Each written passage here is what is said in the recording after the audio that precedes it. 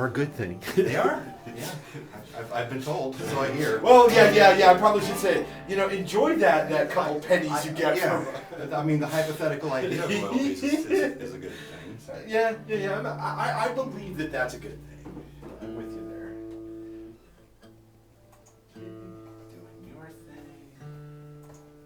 Do that new. I was hoping to get here with a few more minutes to spare. Oh, no worries. No worries. I hadn't seen Shelley and Nelson's new place. So Oh, yeah. They were thinking, why don't you stop by on the website? I go, okay, I gotta keep an eye on the time, But I forgot how crowded. And I'm here till 6, so you can show up at 5 o'clock and still be good.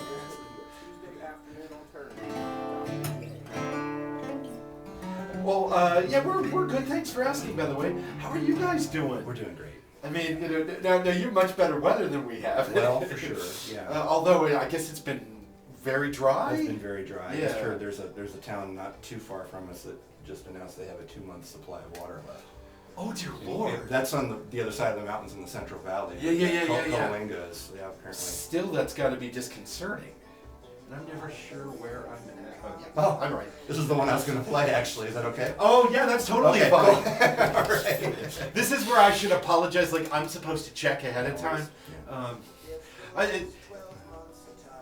Yeah, it's not a worry whatsoever. This is a different. It's a different arrangement. I play a little slower. So. Well, that would make sense. Let's see. What do I like? Will it freak out if I do that?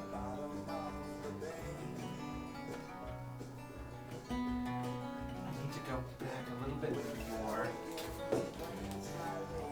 It's not a bad angle. I was so sorry to hear about Tracy's dad. Oh, thanks. Yeah, well, and wasn't that when you were scheduled to come in? Yeah. I'm making all these apologies, because you yeah. feel like a total. So much better. I mean, God, that's terrible. It's just So. Well, I mean, please give her a hug from me. I will absolutely. I wasn't sure she'd be here today or not. And a lot of the challenges that she faces is just work schedule. But she's here in spirit. I already hugged you, so take that one from her. Okay, cool. But no. I almost did Boys of Summer first. I thought, well, it feels weird to start with the cover.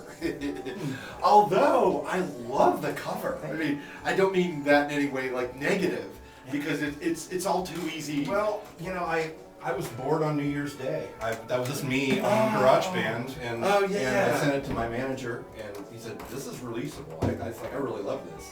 Well, didn't you say you recorded it in your bedroom or something? Literally, I do all my demos in my bedroom. I got to get my notebook. No worries at all. I got a brand new one that I'm not quite off script yet. Oh, no bother at all. I just know it locks. Oh, yeah. And, I couldn't afford to replace this equipment if I wanted to. But, yeah, I just think that's pretty amazing. That it's just something that, again, not literally your bedroom, but you're sitting at home.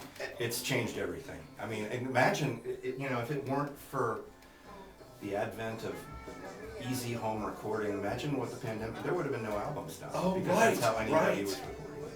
Well, and now it seems like we have, in a way, the opposite problem, because I don't know about you, but it's impossible to keep up with all the stuff that's coming. That's my go-to line. It's like, the great thing about music today is it's so easy to release music. The bad thing is it's so easy to release music. There's so much more to sift through. Oh, and so much of it's good. I mean, I was thinking okay, how do I go? Just say it. So much of it's been really excellent. The quality you can get from doing it yourself is leagues beyond what it was even 10, 15 years ago. It's remarkable. So you're cool to go on? Absolutely. Wear or not wear the headphones at your discretion. The knob down there controls how loud they are. I'm not too worried about it. Mics are hot.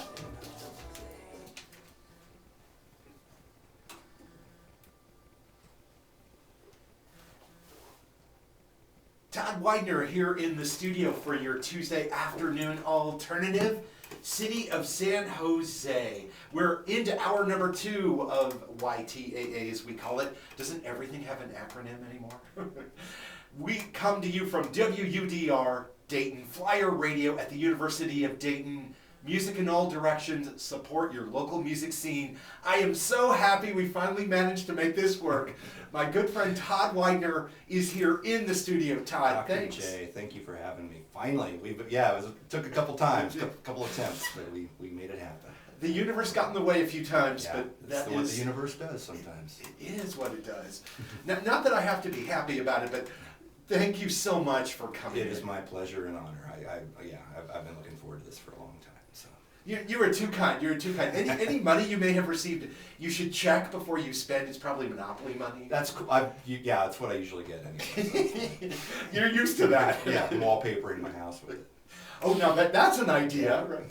Well, in all seriousness, I know how busy you are, and I know you've got a lot going on when you're in Dayton. So thank you for taking the Please, time. no, this is a priority. I'm only sorry it took this long to happen. You know, I've been back in town a few times, and yeah, finally, like I said, the stars aligned, the universe conspired to get us in the same room together. So I've got to jump right in. You've been very productive. I've been very productive. So like City of San Jose, can you talk about that Yeah, song? of course. That was the first thing I released under my own name as a quote solo artist. The A word still doesn't roll off my tongue. You don't like it? It just feels weird to call yourself an artist. Mm. It's sort of something that you get called maybe, but it's until somebody invents a better word for it. I guess that's what I'm stuck with using. I'm going to make an argument that that's a good word for you. Okay, well, the first song from my solo career. We'll put it this way. There you go. Yeah, and it was one of many songs I wrote during the pandemic. It was my wife and I moved out to California from Dayton in May of 2019, and we were just kind of getting our footing. We started meeting some people. Blammo, 9 months later, lockdown happens, and we're stuck in a little submarine-sized apartment, and there was literally nothing else to do. The silver lining, of lockdown was I had nothing distracting me from writing songs, and I had GarageBand on my laptop, so I just got to work.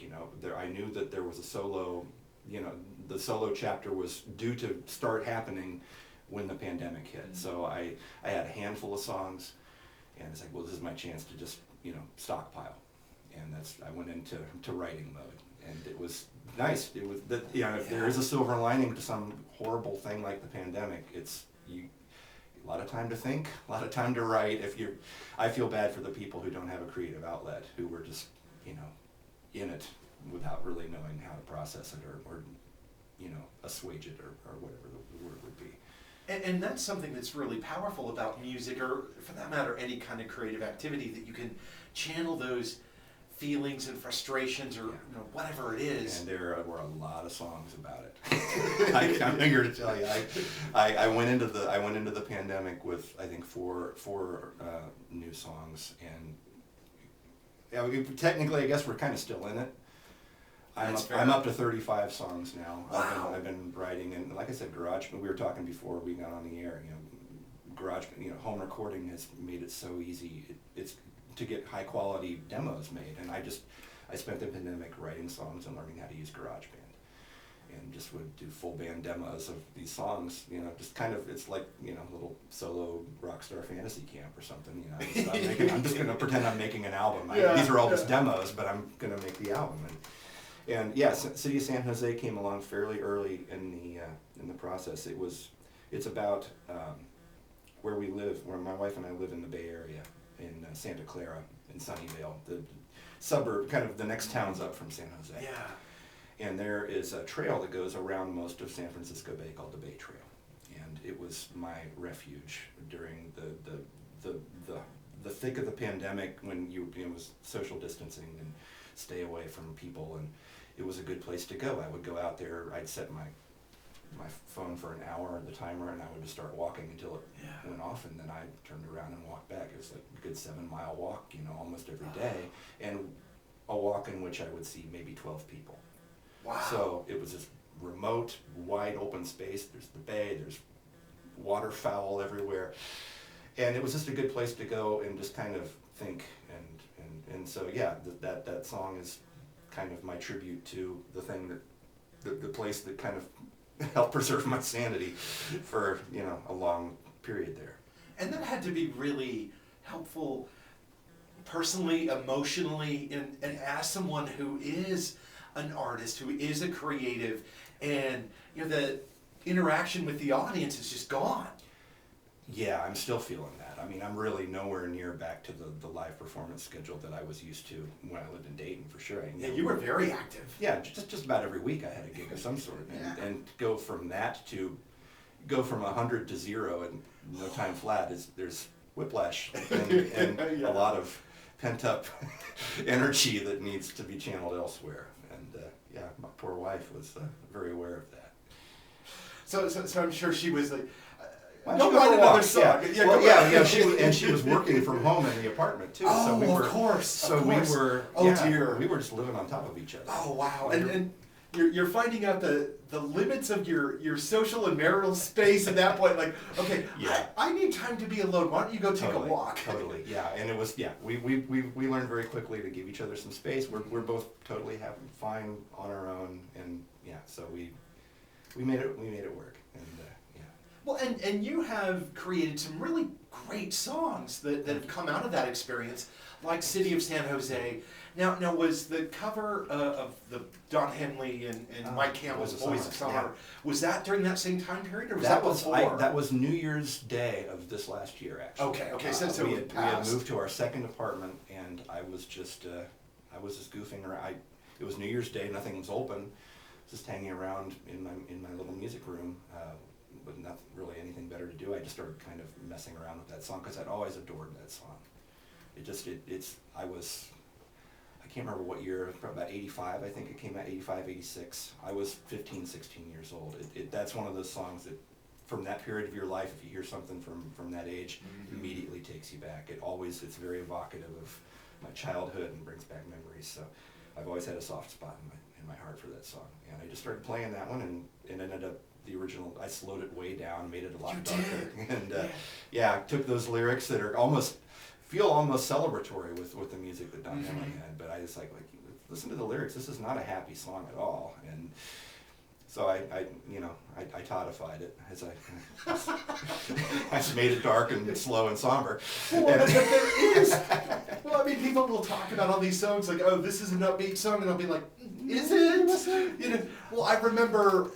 I'm of a certain age where I remember all these people who were having like REM's "One I Love." Oh yeah. As like wedding songs. Oh, you're right. Yeah, we danced at that at our wedding. Yeah. Did you? I mean, there's something sinister, or like the Police "Every Breath You Take" is a stalker song. It's one of my favorite things. Is like an upbeat pop song with just lyrics. You read the lyrics and like, whoa. What? Now the sound of the record skipping. And you do that, especially with this song. I think you draw out, I would use a really powerful word, I think you draw out almost some of the sinister elements from it. Yeah, because, I was, I recorded it and then I got to really thinking about it. I did a lot of my thinking about it after that. I don't know Don Henley. He seems like a complex guy, to put it diplomatically. I don't, there's a reason that the Eagles were at each other's throats, and I think he had a lot to do with it. He knows who he is. He's very self-assured, and if you read those lyrics, he never really quite gets around to admitting any fault in what went wrong in that relationship. And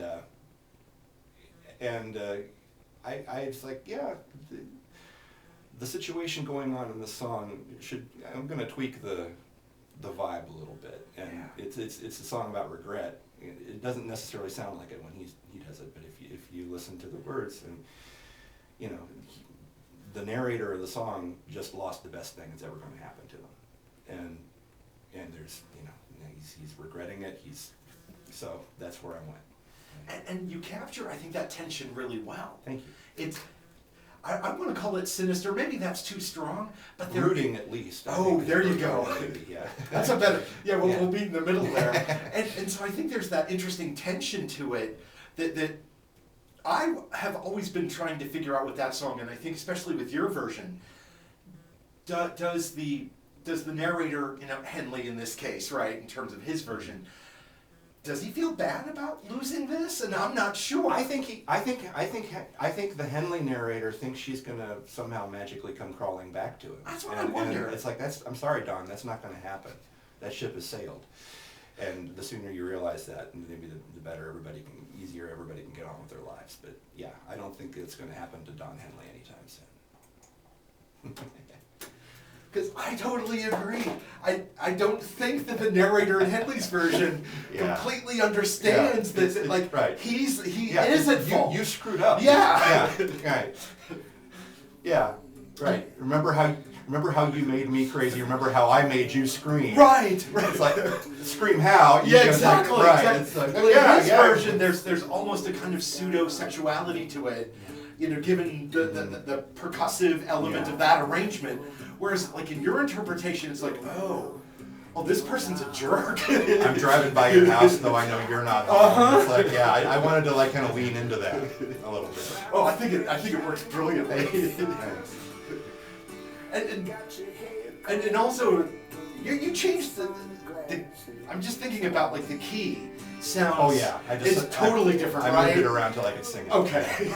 I can't sing Don Henley's range at all. Well, that's you can. I've heard you sing. He's a pretty high tenor, and but a lot of these. It's just me moving the capo around. I was like, I can play it there. Okay, cool. I can hit it. Which I think kind of adds to the atmosphere, don't you think? Mm-hmm. And Mike Campbell had so many signature, essential guitar. The temptation is to try to do those, and I wanted to. How can I get around that? So I just went super spare and ambient and. Kind of implied that guitar hook at the end with the vocals, but right. Yeah. I've always appreciated when covers not just do something different for its own sake, but are trying to still serve the song in some way. You know what I mean? Yeah. I remember the first. Who was it? John Wesley Harding in the early '80s, who did. Was it like "Wish You Were Here" or some Pink Floyd song? And I've always loved his version. Pink Floyd knows a thing or two about being sinister. Yeah, they're pretty good at that. That's their wheelhouse. He takes a song. I want to swear it was "Wish You Were Here," but I forget what it was. Minor chord, completely different arrangement, different tempo, everything, and it not only works, but you're like, okay, this song is even darker than I thought it was. Yeah. I heard the band Ghost covered "Here Comes the Sun" in minor. Did you ever hear that? I did. I thought it was brilliant. Oh, it's amazing. Yeah. Not my normal cup of tea. Yeah. Right. Although I have to admit, I had a really cool student in one of my music classes.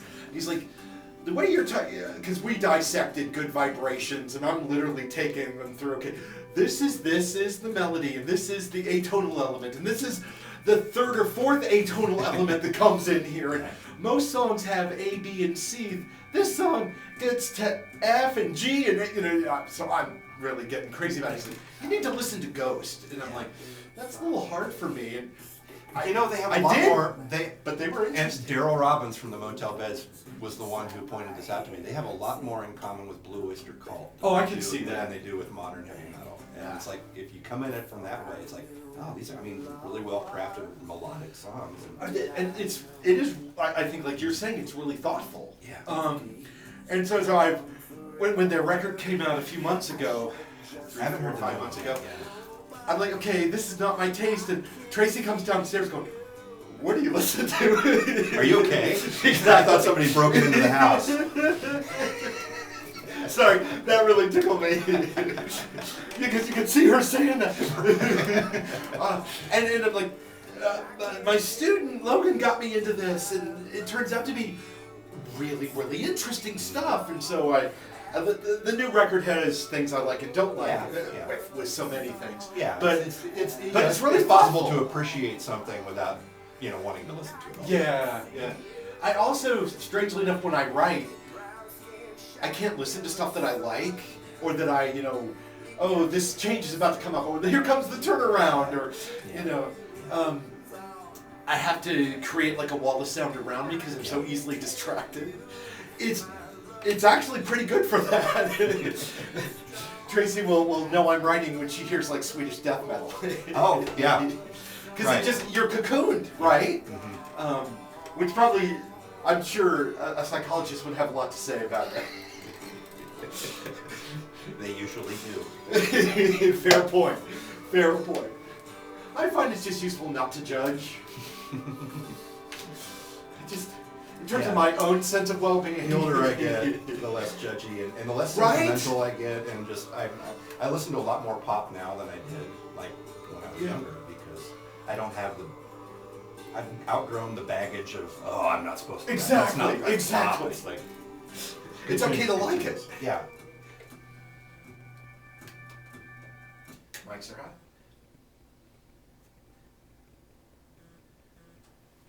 And I love the organ in that. The way that organ ascends. Thanks. It's actually guitar. Oh really? What are you It's doing just there? Really a lot of reverb and delay on an electric guitar, and mixed a certain way that it's just more of a texture really than, banging away on the guitar. It feels organ-like to me. Cool. That's actually kind of what I was looking for, more of like a synth pad kind of a soundscape or something. And we were mentioning when the song was playing, Mike Campbell of Tom Petty and the Heartbreakers was the writer of that song and played guitar on the Don Henley version. And he came up with so many quintessential guitar parts in that song that you automatically sing along with, and that's the big problem with covering that song. You want to do all those because it feels weird without them. So like, what can I do to go in a different direction that would keep me away from just aping all of the cool licks that Mike Campbell played? So, I do have to say, I put him in with my group of favorite guitarists. All-time fave, yeah.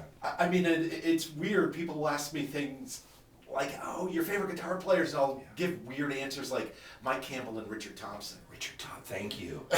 Hero of mine. Yeah. Oh, and a brilliant guitar player, and what a great songwriter. He's one of the best.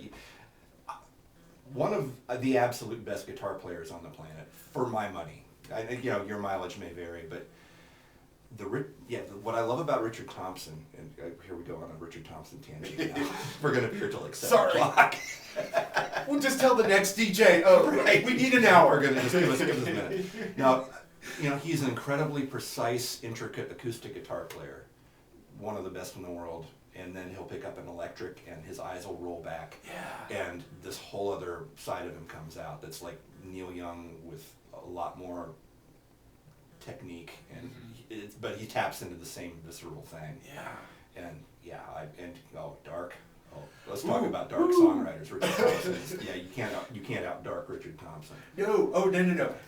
That's a folly. That's an errand that you will lose harshly. You named two players that I absolutely adore right in a row there. So, Well, I of course did my research beforehand to make sure I could slip right in there. You worked Richard Thompson in there for me. Yeah. Of course, as Mrs. Dr. J will say in my defense, I'm always talking up Richard Thompson. Yeah. But it's easy with musicians like yourself who just get it. Yeah. I'm in. Yeah, I'm on board immediately. You said the magic words. We could talk about Richard Thompson forever. But we can stop now. Yeah, the we DJ should can probably. have their show at 7. We're good. I'm sure that the students out there listening to this, Richard who? What are you talking about? Oh wow. See, I would be envious of that moment of like it's like I envy you because you've not even heard anything yet. It's like you've got a whole journey ahead of you if you want. Oh, the whole exploration. Oh, yeah. I always tell people that it's like if I hit them, I'm so envious of you right now because you've got all of it ahead of you. Oh, right. You could start with easy like Rumor Inside, then you could jump into like Fairport Convention stuff, and then I would come back for something like Mirror Blue or Shoot Out the Lights. Shoot Out the Lights, yeah. Oh, for me, there's so many of his records that are just perfect. Mm-hmm. But alas, we're not here to just praise Richard Thompson. Wish I'd worked up a version of something. I would have done it. But next time. Maybe. Okay. I'm also curious. We're gonna play Light Goes Green here soon. I'm gonna play that one. And you're gonna do. You're gonna hear the solo versions of all these. We're gonna hear many different things today. Yeah. But I'm just curious about it. Listening to it. Mm-hmm. Well, and I think the same thing. Well, maybe even more so with City of San Jose. That it feels like a California song, right? Thank you. You are not the first person to say that, and I don't know if it's I don't know if I've always had that in me, and it's maybe coming out more that I'm surrounded by it now. But my wife brings that up a lot. I'll play her new songs, that's so California sounding. And it's like, maybe that's kind of where I always was, and now I'm just sort of living in a place where it sort of seeps out more naturally, I guess. But thank you, I appreciate that. I can see what you say in there. Like Goes Green, I was hearing, there is a little Richard Thompson in it for sure. Okay, I can hear that. There's more than a little Steve Earle in it.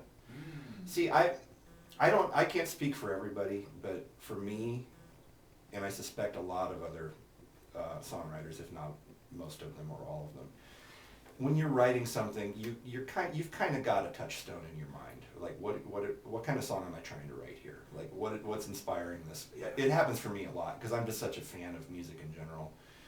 I'm a nerd, and it's like sometimes I sit down. It's like I want to write an Elvis Costello song or a Jayhawk song, and see what I can do, and then try to put enough of myself in it to make it not sound like it. But there's a lot of Steve Earle in Like Goes Green. Another hero. I can hear that as you talk about it, but I didn't think that as I sit down and listen to it, at least I can hear what you're saying, but it doesn't. It's not like you're trying to create. This is a Steve Earle tune, right? Yeah. It's more like an homage. Like I try to put enough of other stuff, hopefully mine, in it to kind of steer it in a different direction. But the songs usually start out as a germ of an idea of like, oh, I've been listening to a lot of Kinks lately. It's like, so it's probably gonna creep into whatever I'm doing, or it's just what you end up doing with that, how responsible you can be to avoid ripping it off. Well, I mean, if you're gonna try to rip off songwriters, Richard Thompson, Ray Davies, I'm okay with where your references are headed. Cool. Yeah. Well, do you think we could get an acoustic song from you right now? Sure, absolutely. I know you just played City of San Jose. I don't know if anybody listening wants to hear it again, but this is the solo version of it. I'm good with that myself. Cool. And this one, I mentioned Steve Earle as kind of a touchstone for Like Goes Green, which will be coming up here. But there's some Joni Mitchell that creeps into this one for me, and especially when we recorded it in the studio. Yeah. With these amazing musicians who, I'm still pinching myself for the people I've gotten to work with so far, but. The bass player brought a fretless bass in, and I said, good job. Feel free to go do a little Jaco Pastorius on it. There's some Joni Mitchell on here. Throw a little Hijira stuff on this song, and nice. he was very happy to do that. So, but this is the kind of the way City of San Jose started out. This is kind of my original version. Was a lot less peppy than the single that got released, and this is kind of how I do it solo. So, City of San Jose. Make sure I'm in tune. Close enough. Close enough for college radio. There you go. Yeah. There you go.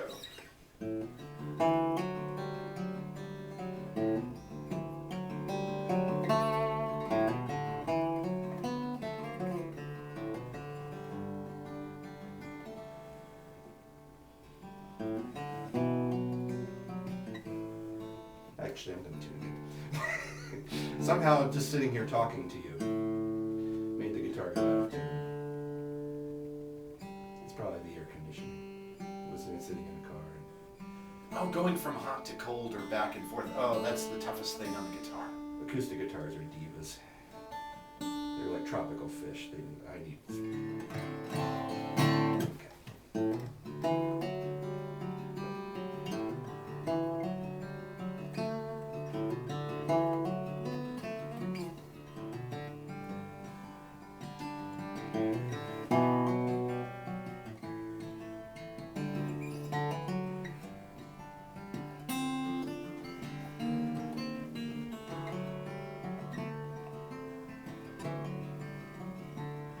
I flew in from Colorado. I was incommunicado for a while.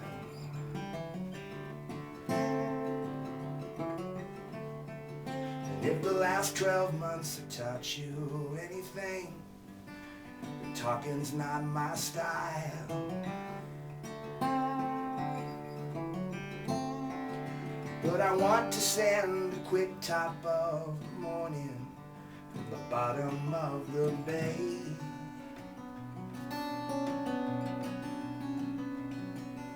where pelicans and planes fly lazy circles round the city of San Jose.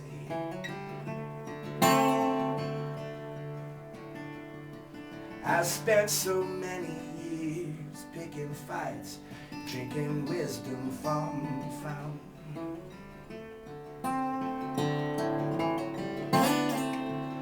Imagine my surprise, the ocean didn't care, and neither did the mountain.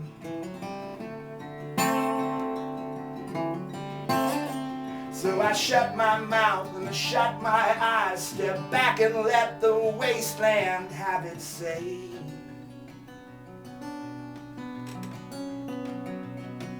While pelicans and planes flew lazy circles round the city of San Jose.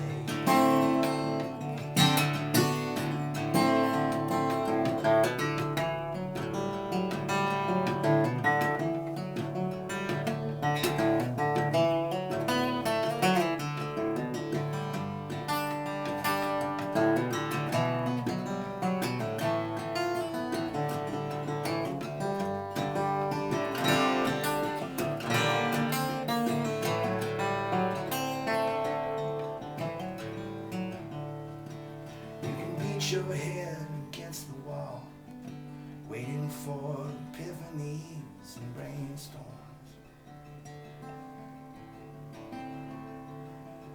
You can go outside and drown yourself in the rage and retribution of a rainstorm.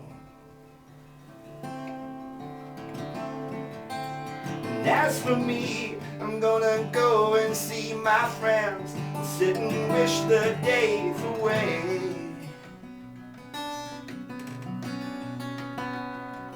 Watching pelicans and planes fly lazy circles round the city of San Jose.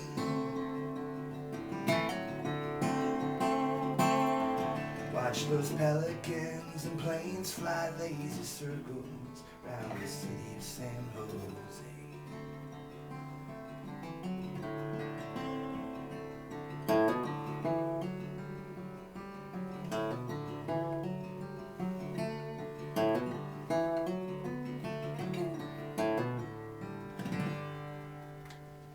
Oh yeah. Brilliant. Tod Weidner here in the studio. City of San Jose is one of the several singles that he's released recently. And of course, everyone knows Shrug as well. And Todd's been releasing a number of songs as a solo artist. I've got to ask. Yeah. So do you see these singles eventually becoming or coalescing around a full-length album? Yes, that's kind of that's what we'd like to do with my manager and I. You know, we're both album guys. The current climate is kind of geared towards streaming and you know, it's something that doesn't really thrill me. The fact that, you know, the human attention span and the marketplace has gotten so you stream individual songs, and that's just kind of the reality now. But I think there are enough people who are still into albums. We definitely want to eventually release EPs, albums, and yeah, some of these songs may be bundled together with some songs that haven't been released yet. We're still kind of figuring out how we want to do it. The writing has been pretty all over the map too, so it would be nice if we could. I'd like to release maybe a few EPs of similar songs together that don't sound quite so, you know. All over Side A and side B are totally different. Right. Which there's a place for, but yeah. I'd like to make some sort of cohesive statement with it. But yeah, the plan is to have some physical albums out eventually, hopefully sooner than later. And I'm assuming you're playing out a lot more. Not as much as I'd like. It's starting to again. Okay. And we are actually, my wife and I are getting ready to move from the Bay Area to Ojai, California. Oh, yeah. Which is a place I've been visiting pretty regularly for about a year. That's where my manager lives. And so he's gotten me some solo gigs downtown. It's a beautiful little town, magical little place, and more importantly, it's about an hour and a half from LA. So the musical opportunities are probably going to open up quite a bit more. Where we're living in the Bay Area, I wish I had lived in San Francisco area 20, 30 years ago. You know, it's getting, there is a music scene in San Francisco right now, but it's nothing compared to what it used to be, and it's gentrification. It's the tech industry moving in. Artists flee to where they can afford to live. It's same thing happened in New York. It happens everywhere.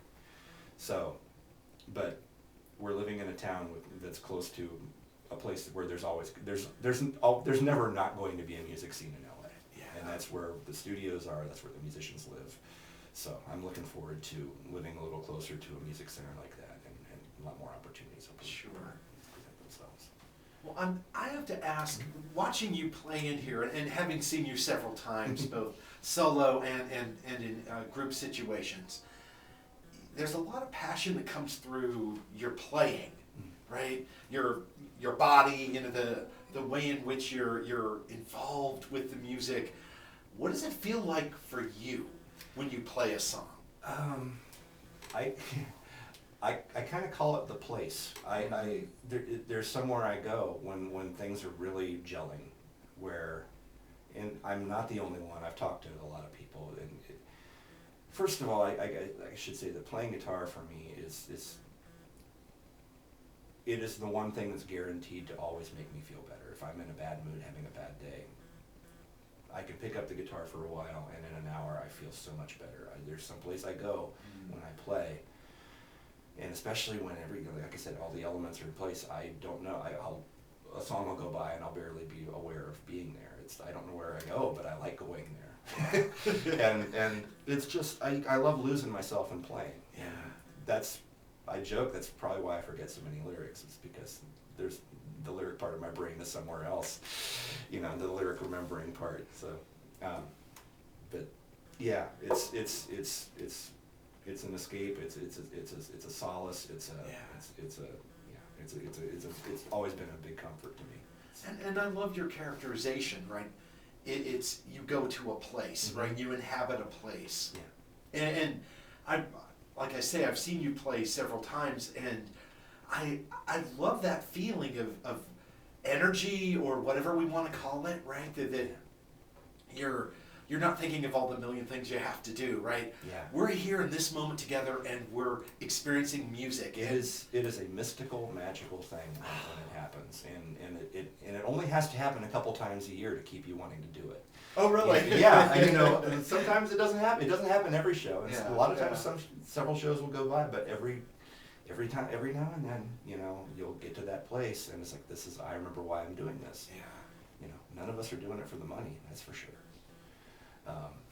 Unless you're Bono, or, you know, if you're Bono and Dave Grohl, they can make a living doing this. So the chances are, if they're below that tier, you've got a day job, or you've got another source of income. So you got to do it for the love of it, and I do. It's something I look forward to. Grab a guitar, get lost for an hour or two.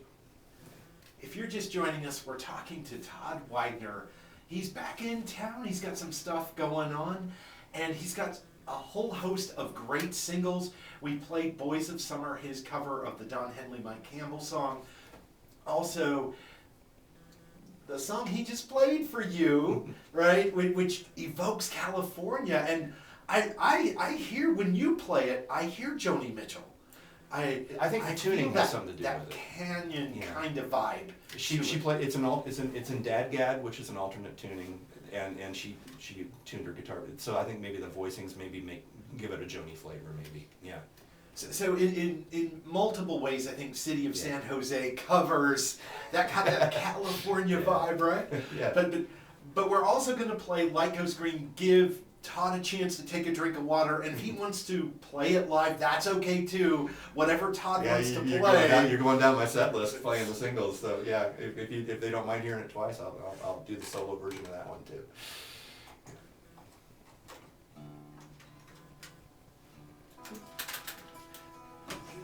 Are you okay with that? Okay. Yeah, no, if you are.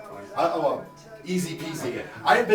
I've been known to play songs 2 or 3 times because people called in to request it. Nice. Like, oh, we did that hour 1. Oh, let's do it again.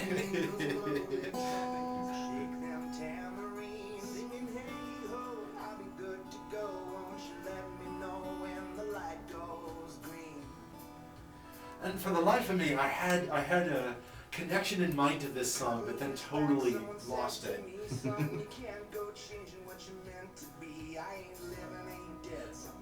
Because the protagonist, the narrator, whatever, and here almost it sounds like he's talking to a child or something, right? Maybe, yeah. I don't. Yeah, it's a hope. It's definitely a hopeful song. I kind of wanted to release it first because it's just like, all right, here we go. Solo. You know, this is a solo chapter. It's a very optimistic kind of song, and it's. I've been trying to kind of do that more. I realized how dark my songs were in the depths of the pandemic. So I was a conscious effort to kind of write a little ray of sunshine in there somewhere in the last verse, maybe. Or, you gotta give people something to hang on to. You know, we can't take all the hope away. Actually, you know what? Maybe I'll do Nothing But Time since this one. Yeah. Oh, totally your call, my friend.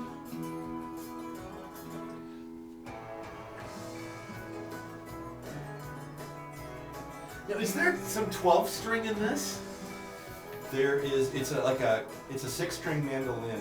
Okay. Or a 6-string banjo. Yeah, it was. Okay. Yeah, Nomad, the producer, has a whole wall full of exotic, weird instruments that I've never seen before. And he put some stuff on there, but yeah, I did the mandolin kind of thing. There's a lot of faces in this song too. With that little mandolin thing, it's kind of Maggie May kind of thing. Yeah. Like mandolin wind. Yeah. Okay, so it's not 12 string, it is banjo. Yeah, there's banjo and some mandolin kind of stuff. Or sorry, that's what I meant to say. Mandolin. Well, there's banjo too. Oh, well, okay. Nomad was playing banjo. I can't play banjo at all, but he gave me a little mandolin-sized guitar. Would you mind? I'm gonna move your water Please. bottle here slightly.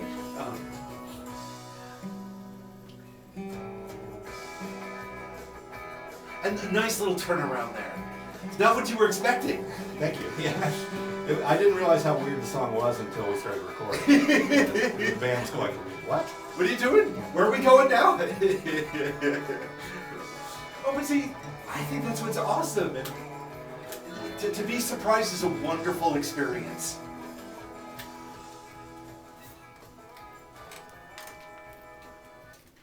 Mics are hot. Light Goes Green from Tod Weidner, who I am overjoyed to say is actually here in the studio. I haven't scared him away just yet. I'm overjoyed to be here. You're gonna have to work a lot harder to scare me away, Dr. J. Okay. I could hand you papers and say you must grade these. That'll do it. Okay. Woo. Okay. It is a scary, dark place I go to when in those moments. As a child of 2 teachers, I totally get it. And so you're quite right to run screaming, or just run. Screaming is wasting the necessary energy for the run. Just run. Just put it all on the feet. But this is WUDR Dayton. Rock in the Gem City, music in all directions, support your local music scene. This is your Tuesday afternoon alternative here with Dr. J. Mrs. Dr. J could not be with us today, but she is here in spirit, and she wanted me to publicly say that it is wonderful to have you back even for a short time here in Dayton, Tod. Well, it's great to be back, and I really appreciate being here. Like I said, I've been looking forward to getting in here with you for a long time now. So you got another live song for us? I do, yeah. I was gonna do Light Goes Green, but I'm actually gonna switch it up. I'm gonna play the single that came out actually right before Light Goes Green. Yeah. I've got 5 songs out. Boys of Summer I did at my apartment. The other 4 were recorded in LA. Light Goes Green and City of San Jose both had some great musicians playing on it. We got a whole different cast of characters in to back up for the second session, which one of them is yet to come out, but the other one that is out, I'm getting ready to do a solo version of. I hope. I'm under rehearsed, but we're all friends here, right? I sure hope so. This song is called Nothing But Time, and this was an amazing experience because in the studio I had for my backing band, I had Alex Al, a bass player who has played with, well, Michael Jackson is the one he played with the most. He was Michael Jackson's bass player. He played with Stevie Wonder, he played with Al Jarreau, all these. Dear Lord. It's a resume. Yeah. Long as your arm.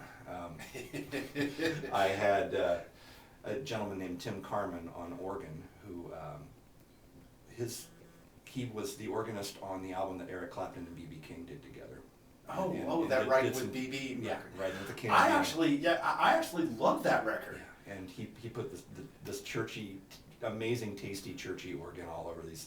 I almost lost my place singing a few times just listening to what he was playing. And we had our producer Nomad was on guitar, and his right hand man Eric G was on additional keyboards. On drums we had Steve Ferroni, who, for a person who Tom Petty and the Heartbreakers occupies a large part of my musical makeup, to have an actual Heartbreaker playing drums on a song that I wrote. That had to be pretty cool. I'm still kind of floating from it. It happened it happened a year ago, and I'm still trying to convince myself it actually happened. Yeah, And, yeah. Well, I'm sure you took pictures. Oh, lots of pictures. Yeah, lots of pictures. Got to talk to him a little bit. Oh, that's so cool. Very nice. Yeah, they were all super nice. And on backing vocals, I had Ashley Tamar, who was a protege of Prince for a while. And People may have heard of. yeah, he's Did a few things. yeah, kind of a cult artist. Yeah, cult following.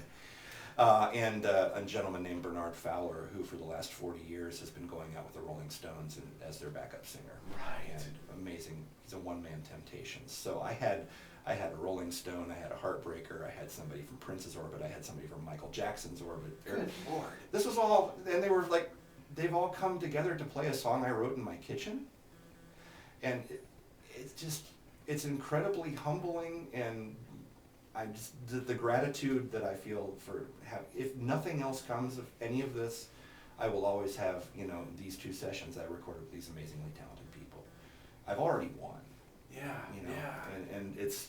But just to have that experience. Truly. And there's some really cool stuff ahead too, so that I can't really talk about yet. But yeah, things are looking really cool. But this is one of the songs that I recorded with that aforementioned group of musicians. This is another pandemic song. This is about how time has a way of getting away from you. So this is called Nothing But Time.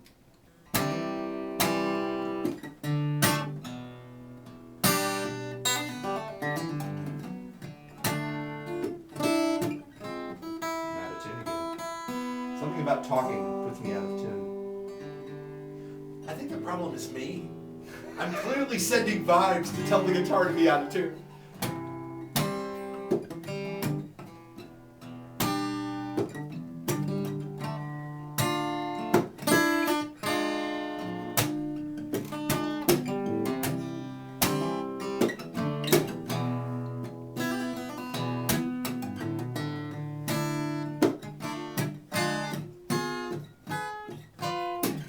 Friday limps into the weekend with a broken heel and a hand stamp from the deep end.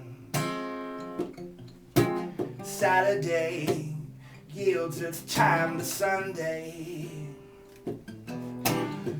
blows it all on nothing much till it crashes into Monday. Tuesday, Wednesday, Thursday, Friday comes around again, and the wind blows and the fear grows and the nervous tics begin. Goes on and on, round and round, till you run away, and I'm just sitting here with nothing clear but tick tock, tick tock.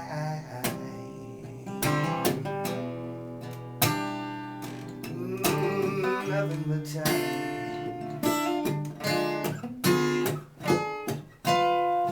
April may slide into June. July bleeds into August, skipping stones across the moon. September always takes too long. October, November, 2 more verses in that same sad song. December disappears in the shadow of January, and the groundhog splits and gets away with all the march that he can carry. Goes on and on, round and round, because he went away, and I'm just sitting here with nothing clear but tick-tock, tick-tock.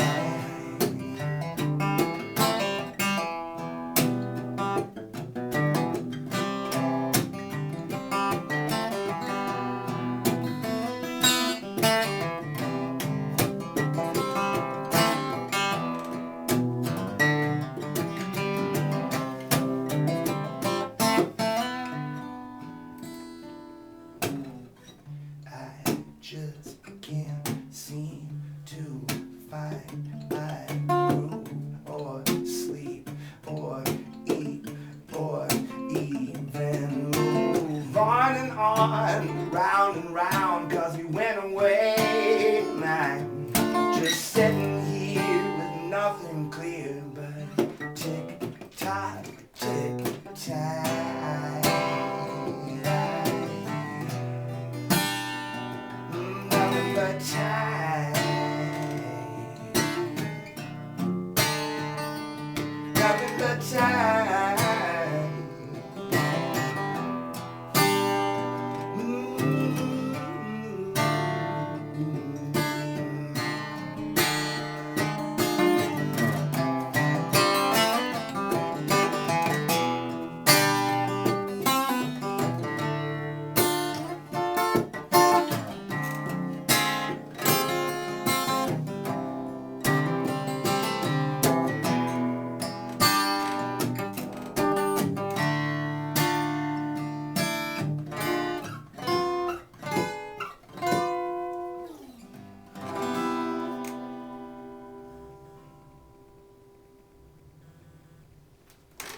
Oh yeah, I'm over here smiling like a goon.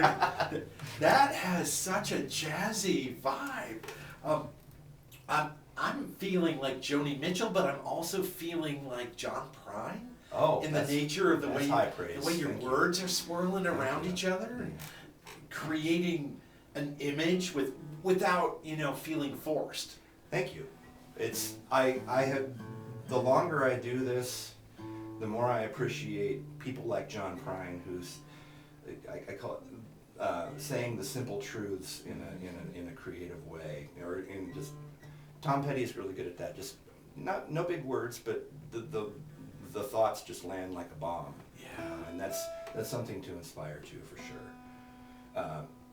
Yeah, simplicity. I'm all about simplicity now. I'm trying to work simpler and simpler. When I started out, I just wanted to show everybody how many big words I knew, and now it's like I'm trying to kind of say the same things with smaller words that people won't have to go to the dictionary to look up. Well, and in some ways, your songwriting has evolved as you have evolved as a person. Oh yeah, I think everybody does that. It's you compile experiences and life piles on, and you change. You change what you listen to. You change what you're influenced by. You change what you're doing. You change literally. Sometimes you change instruments. Sometimes, yeah. You get older. Your range gets lower. You have all these things kind of. Yeah, you're generally a different person after a decade of writing songs than you were when you started. And that translates both, you think, lyrically and musically? Yeah, I think so too. I think musically and lyrically, because I already said I'm a music nerd. It's all genres. I'm a hopeless nerd about it. Some people know sports statistics. I don't have any of that in my head, but I can tell you the whole lineup of Deep Purple from the first lineup to the current. Yeah, that changed a few times. Yeah, but that's just where my brain went, and I'm fascinated, endlessly fascinated by the process of making music and the people who make it, and their histories and where they got it from and who those people got it from. I love digging back as far back as I can, and you discover some amazing things in that search, and I try to incorporate all of it if I can, and kind of this is the next iteration of it. Well, and I totally connect with that in a very strong way. How does sound become music? Mm-hmm. Sounds like a really simple question, but it's not. Well, yeah, and it's like what makes a song sound like California? You and I both know what it is, but how do you describe it? It's what you picture in your mind, maybe the way certain chord voicings are, the certain moods, or I can talk about this all day. Well, I tried to convey some ideas with some students about atmosphere. Mm-hmm. And atmosphere might be a chord progression, or it might be how long you sustain or hold a note, Right. or it could be the way that the instruments weave in and out, or the voices weave in and out. And you realize that unless folks have a broad range to draw upon, I'm just standing up there talking about stuff like, okay, we need to listen to different things. Let's listen to the mamas and the papas, and then let's listen to... I could not agree more. To something else, right? I was going to go something, quintessentially different, like, say, New York, let's go Ramones, which to me, like Blondie or the Ramones or that time period, television, they sound like New York to me. Yeah. And I don't know how to say... Yeah, well, that is. But you know that's where they all came from, so you automatically kind of subconsciously put yourself in that headspace. Yeah. But yeah, I know what you mean. I know what you're saying, and they were in that whole scene that had all Talking Heads, all these completely disparate bands stylistically made a scene together, and that's what I always thought Dayton was like too. Yeah. There were brainiacs, and there were. I think it's any tight-knit music scene that's made out of people that are kind of somewhat outside of society, normal society, we'll call it. There you go. You make your own fun, you entertain yourself, and that's what any creative scene ends up doing. Seattle, it rained, it was cloudy, nobody wanted to go outside, so they all stayed inside and practiced in their basements, and the songs sound like the Pacific Northwest.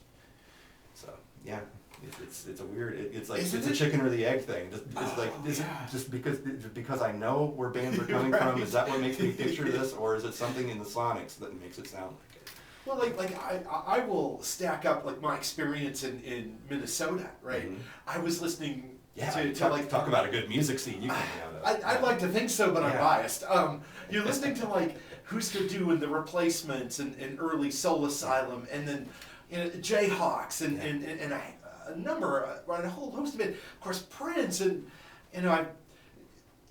I cannot watch. I'm not allowed to watch Purple Rain with my wife because I say I know that person. That's my cousin. You've been cut off from Purple Rain. Yeah, we can't. I'm not allowed. In her fairness, it's the right decision. Well, let me give Todd another break, and I'm gonna play something that is a personal favorite of mine, which I have occasionally yelled out. Although I think from time to time I've said farther and farther, and I'm sure you're like, what are you talking about? Oh, I know. It's further and further. Oh, wow, cool. Blast from the past. Yeah. I do have to say that while I greatly love the solo work, I still love your past work equally. Thank you. And this song in particular, I think captures, I don't know if it's anxiety or kind of nervous energy. Oh, there was a lot of that going on back then. Yeah, I'm putting myself back in 2004. Yeah, there was plenty of that going on. But I certainly think songs like that really convey that sensibility. What did it feel like for you making the song? Further and Further? Yeah. That was a really good time in Shrug. The album that one is on is my favorite of the Shrug albums. It'll probably always be my all-time favorite. We were